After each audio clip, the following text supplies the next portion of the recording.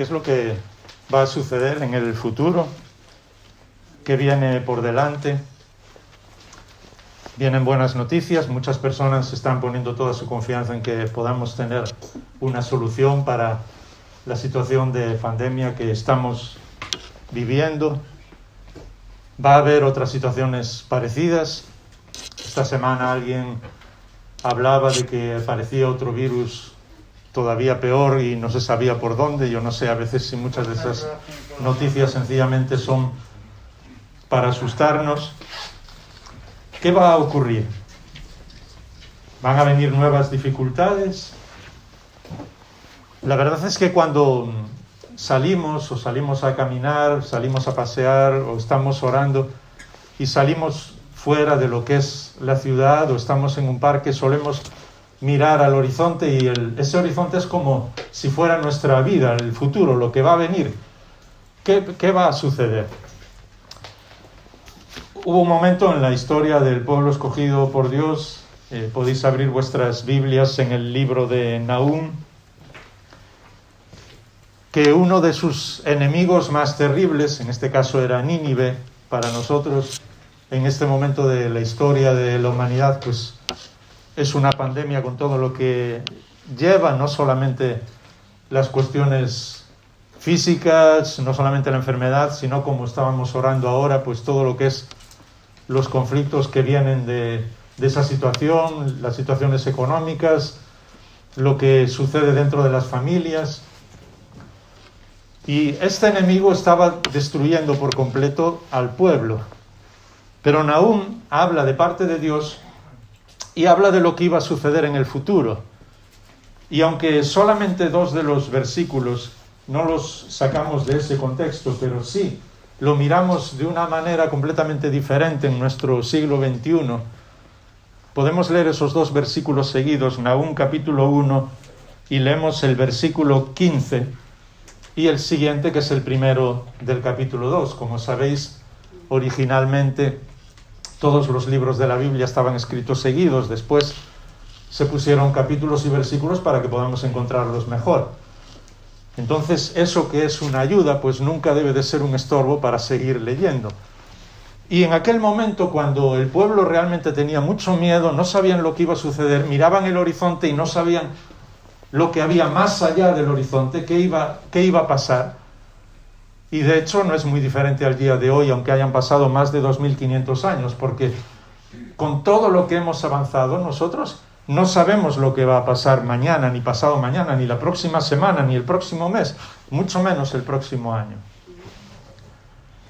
Pero en este momento tan difícil, Nahum habla en el capítulo 1 y el versículo 15 y dice: «He aquí viene sobre los montes los pies de los que traen buenas noticias, del que anuncia paz». Y entonces dice: «Celebra tus fiestas, Judá, grita de júbilo».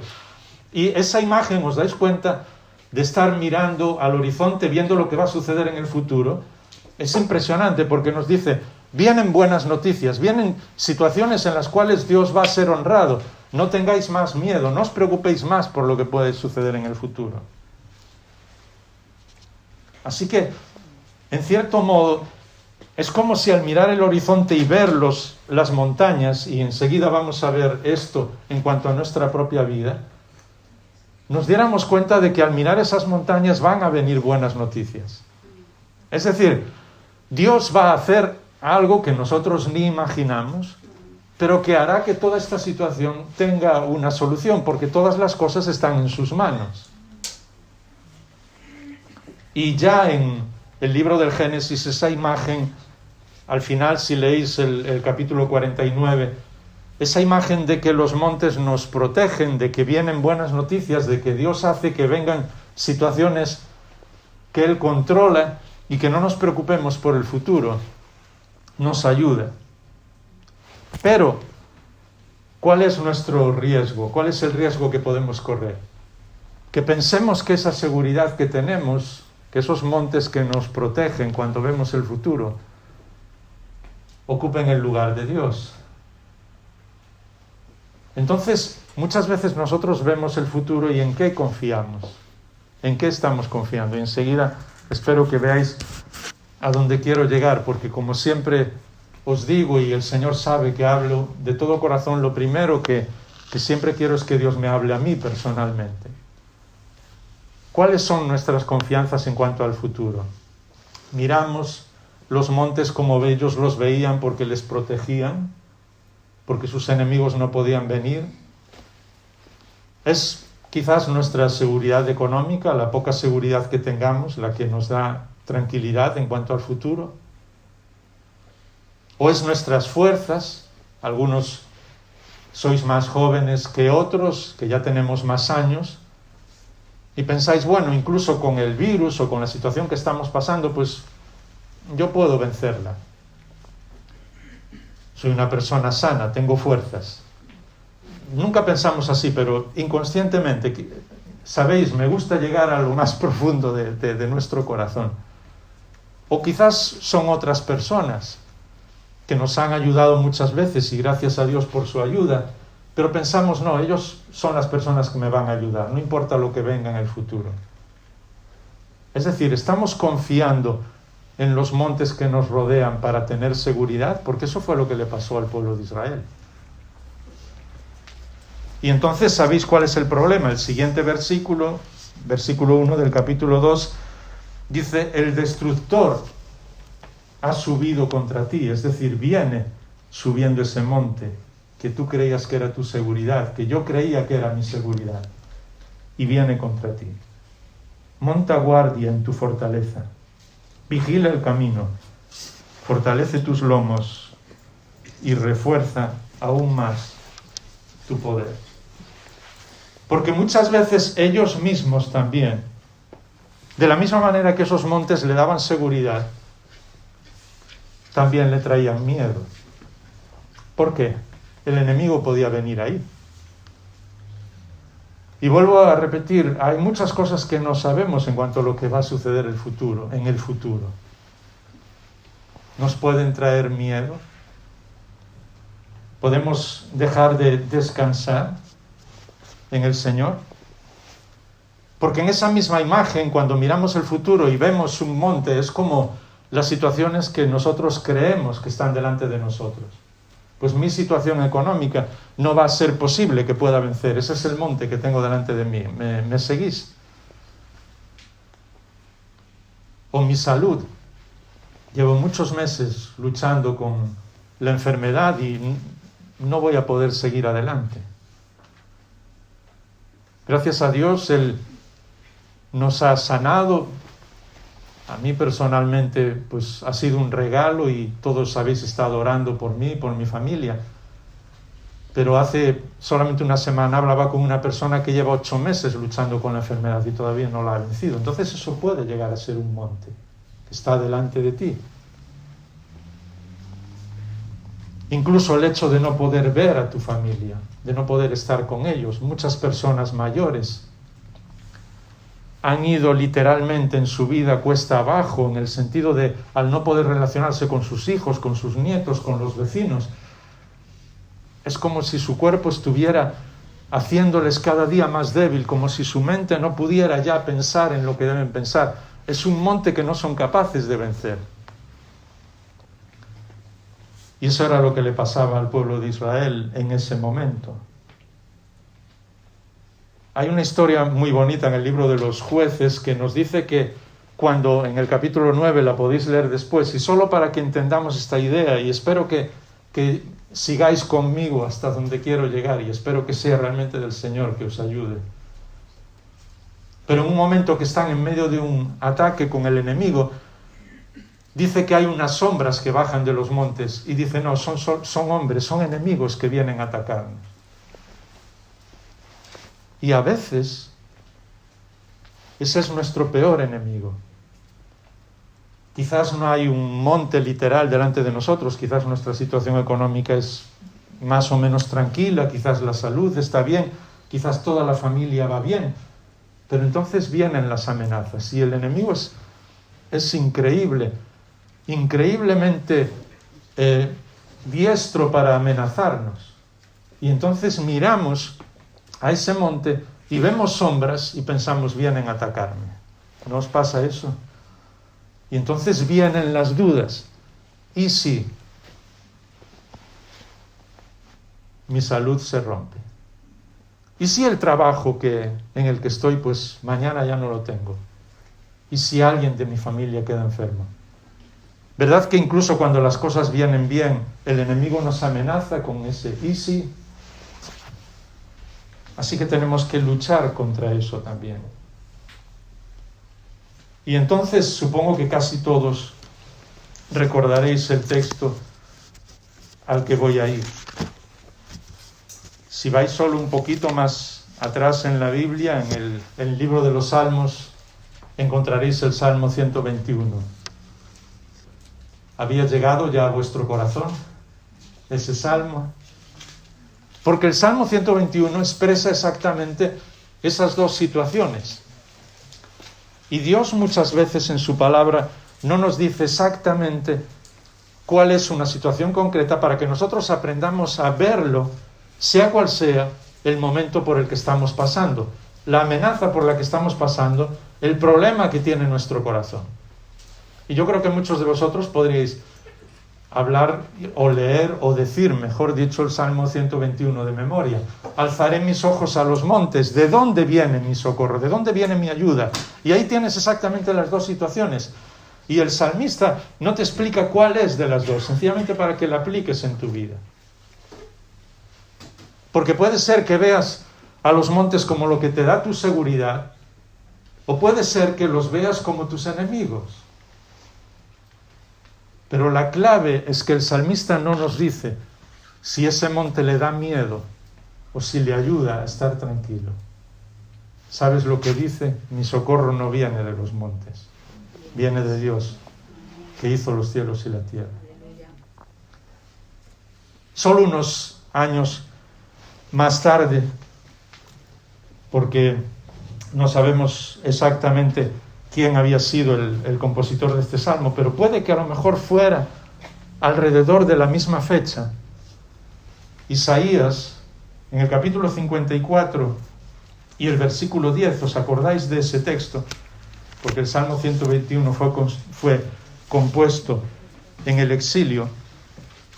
Nos había dado una promesa a todos, que es una promesa que no debemos olvidar nunca. Isaías 54, 10. Los montes serán quitados y las colinas temblarán. ¿Lo tenéis? Isaías 54, 10. Es una promesa de Dios. Y muchas veces en la Biblia a mí me encanta decir que Dios habla por medio de los profetas, pero otras veces, como lo que quiere decirnos es tan directo, ya no quiere ni hablar por medio del profeta, habla él mismo, y esta es una de esas situaciones. No quiere decir que no hable por los profetas, ¿me entendéis? Es como decir, esto os lo estoy diciendo yo personalmente, no tengáis ninguna duda. Aunque los montes sean quitados y las colinas tiemblen, mi misericordia no se apartará de ti. Y el pacto de mi paz no será quebrantado. Dice el Señor, el que tiene compasión de ti. Así que, no importa si los montes son nuestros amigos o son nuestros enemigos, no importa si lo que va a suceder en el futuro nos va a hacer bien aparentemente o nos va a hacer mal aparentemente también.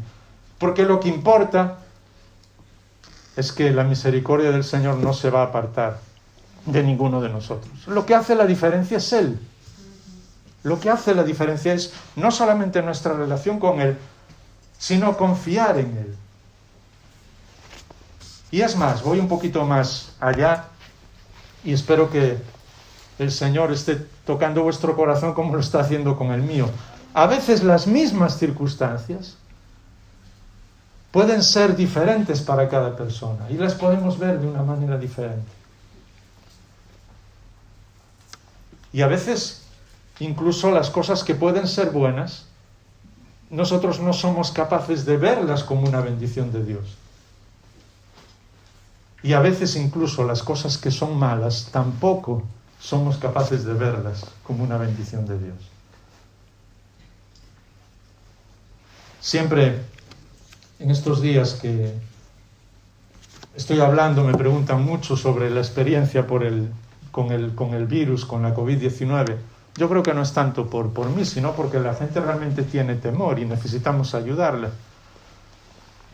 siempre me dicen, y fue muy terrible, y el otro día me preguntaban, ¿qué pasaría si fuera marzo otra vez? Y ahora que sabes cómo llegó la infección, ¿qué harías? Y yo, la primera respuesta es, pues me escaparía, sin ninguna duda.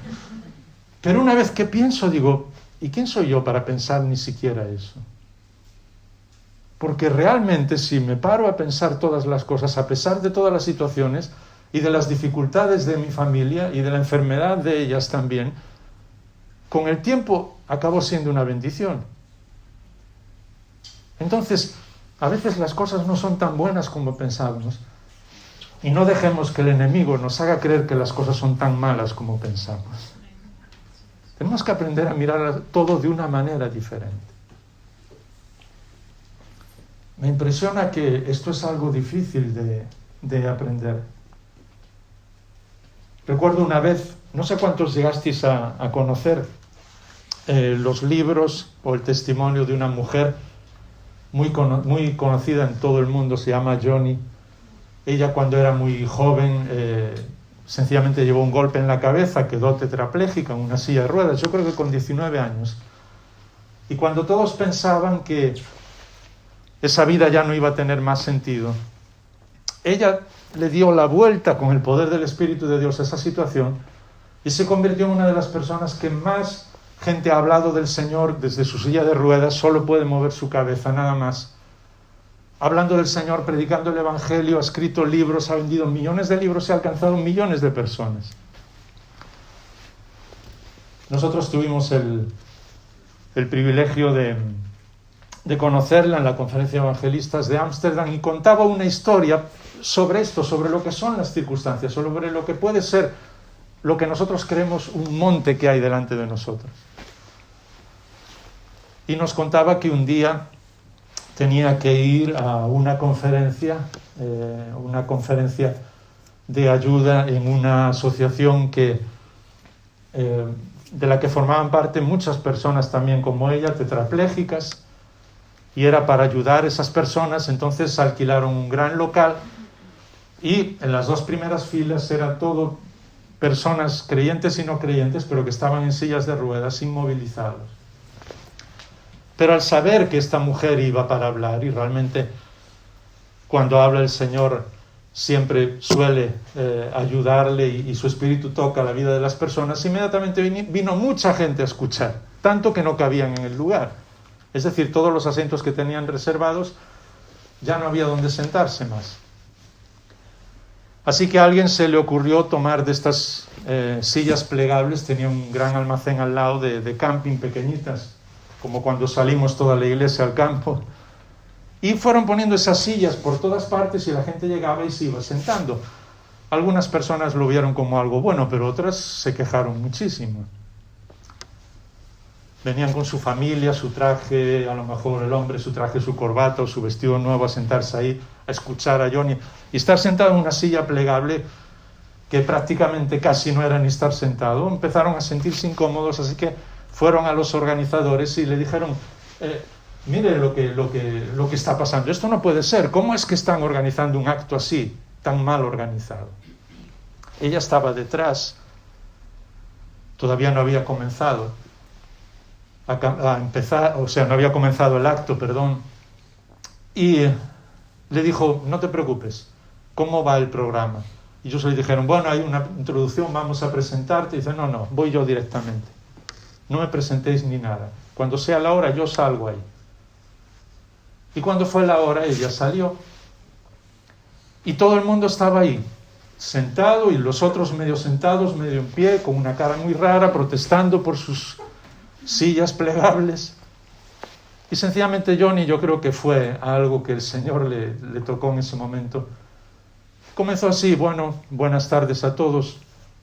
Sé que muchos no están contentos con su silla, yo tampoco. Y entonces, claro, todo el mundo se calmó. Y en ese momento ella pensó que todavía tenía que ir más allá, para que la gente supiera esa lección. Y les dijo, es más, aquí hay por lo menos 30 personas que con mucho gusto cambiarían su silla por la vuestra. Y entonces vio que muchos de los que estaban protestando comenzaban a llorar. ¿Por qué? Muchas veces nuestras quejas no tienen ningún sentido. Claro que estamos pasando situaciones difíciles. Claro que estamos en una situación que no sabemos lo que va a ocurrir en el futuro. Y claro que nos pueden asustar lo que haya detrás de esos montes y lo que pueda venir en el próximo mes, en los próximos años. Pero ¿sabéis cuál es la diferencia?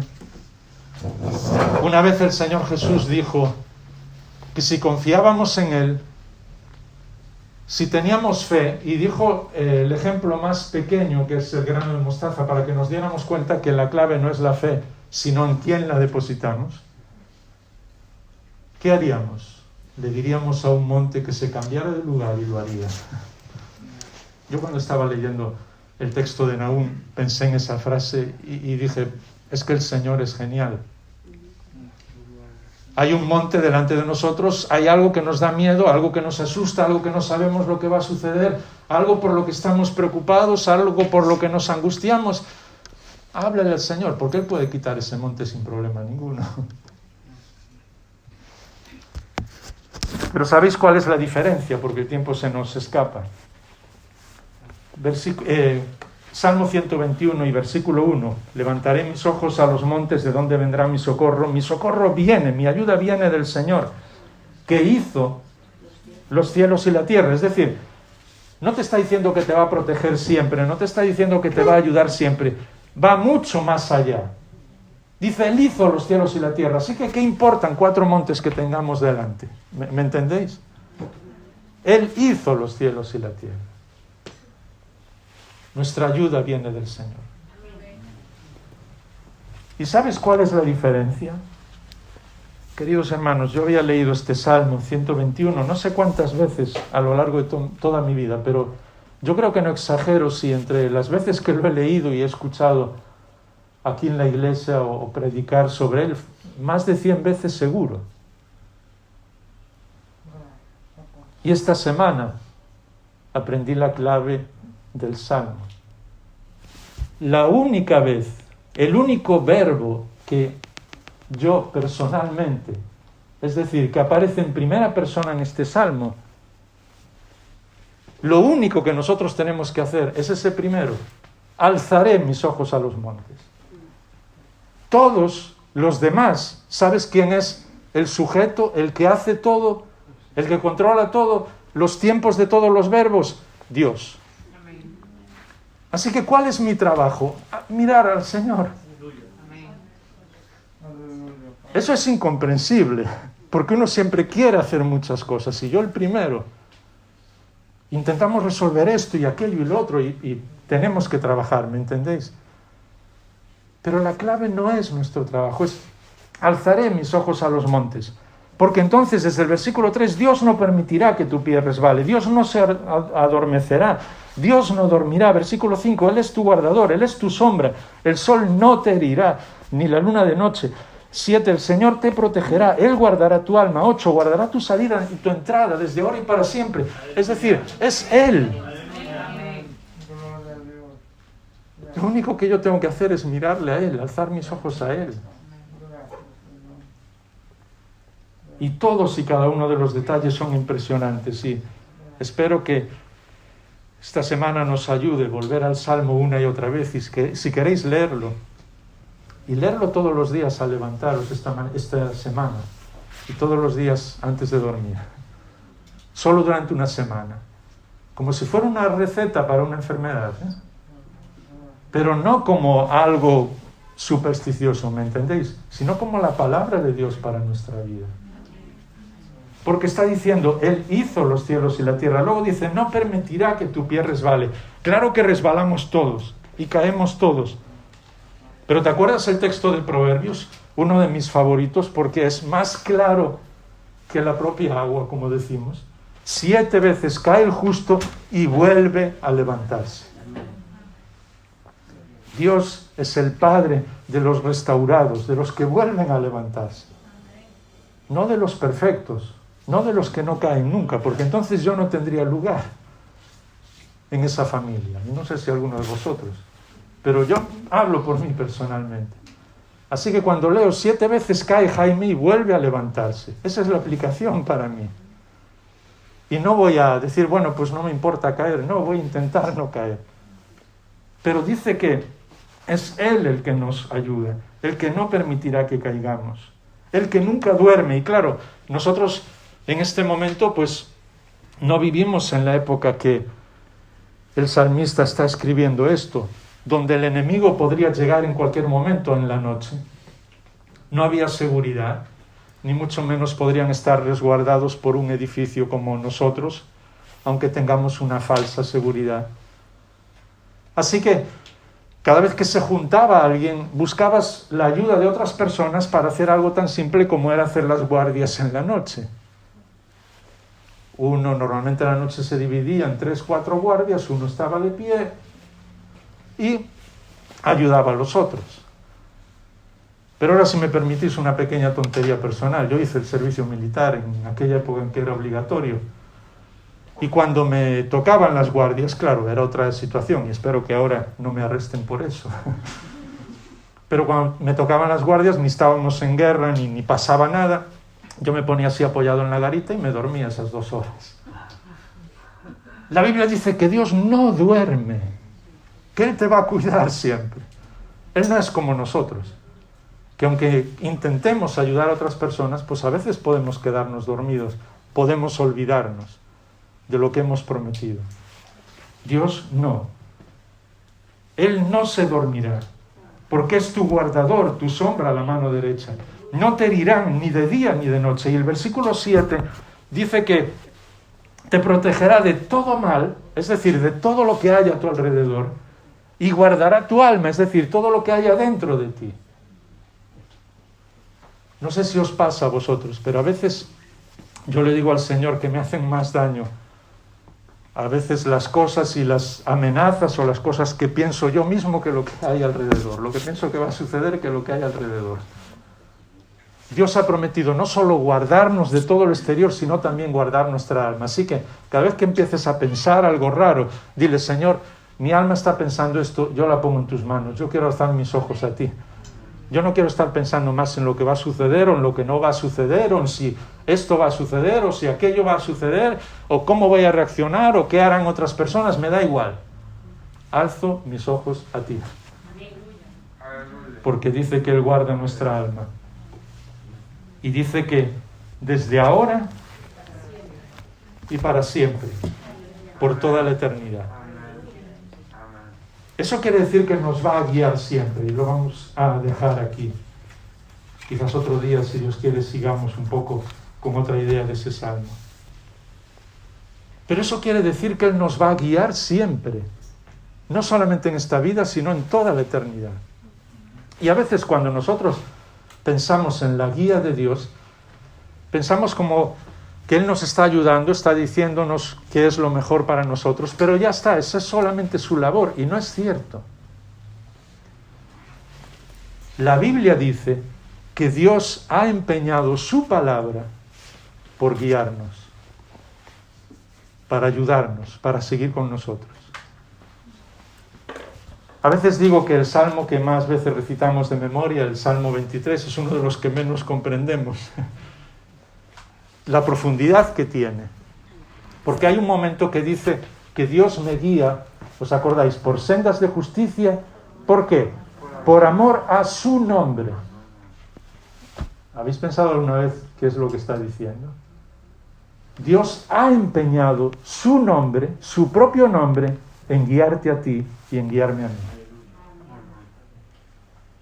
Es decir que no es un asunto sencillo, no es una cuestión de nuestra vida. Bueno, yo voy a intentar seguir la voluntad de Dios y a veces me equivoco.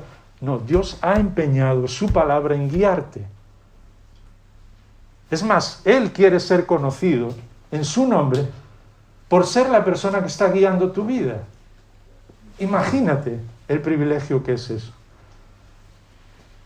A las personas siempre les gusta hablar de la responsabilidad, y es cierto, pero toma la otra cara de la moneda. Fíjate lo que es el privilegio de que Dios haya empeñado su palabra en guiar tu vida. ¿Desde ahora hasta cuándo? ¿Hasta que un día nuestra vida se acabe? No, desde ahora y por toda la eternidad. Así que el nombre de Dios está comprometido en lo que ocurra en los próximos meses, los próximos años en tu vida. Hay un monte que aparece ahí, al que le tengo miedo, o no sé lo que va a venir detrás de él, o estoy confiando en algo que no debo. No mires más las cosas que puedan venir. Alza tus ojos y mira al Señor, porque Él es el que te cuida. Él es el que te creó, el que no duerme nunca, y el que ha empeñado su palabra en guiarte desde ahora y por toda la eternidad. Solo un minuto para que podamos orar.